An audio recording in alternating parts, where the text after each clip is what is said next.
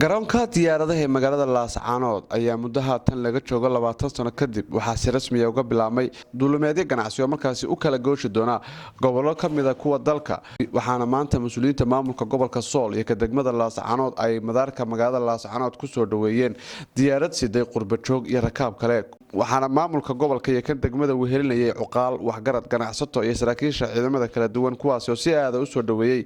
rakaabkii ka soo degay maanta gadada diyaaradaha ee magaalada Laascaanood garoonka diyaaradaha ee magaalada Laascaanood waxa uu maanta ahaa mid aad u mashquul badan waxaana saxaafadda kula hadlay gudoomiyaha gobolka Sool Yaasiin Maxamed Shide waxa uu si aad ah u soo dhaweeyay horumarka dhinac walba ee ka socda guud ahaan gobolka Sool ee ku soo dhiiriday maanta inay ka soo degaan gobolkan Sool gaar ahaan degmada Laascaanood inay ka soo degaan waxaan leeyahay ku soo dhawaada gobolkiini waxaan leeyahay ku soo dhawaada magaaladiini waxaan leeyahay ku soo dhawaada meeshii gobolkii u amniya waxay maanta qaranka Soomaaliland guulbay u tahay in diyaarad baasanjari ay si nabadgelyo ah uga soo degto garoonka Laascaanood iyadoo markii hore ay ka degi jireen diyaarado cargo ah maayarka degmada Laascaanood ayaa isna baaq u diray qurba joogta waxaan leeyahay oo fariin u diray qurba joogta degmada gobolka Sool gaar ahaan degmada Laascaanood inay dalkooda kuna soo noqdaan waxna ka qabsadaan horumar baa bilaabmay haday bilic tahay haday nabadgelyo tahay haday horumar tahay waxaan leeyahay dhulkiina wuxuu qabtaa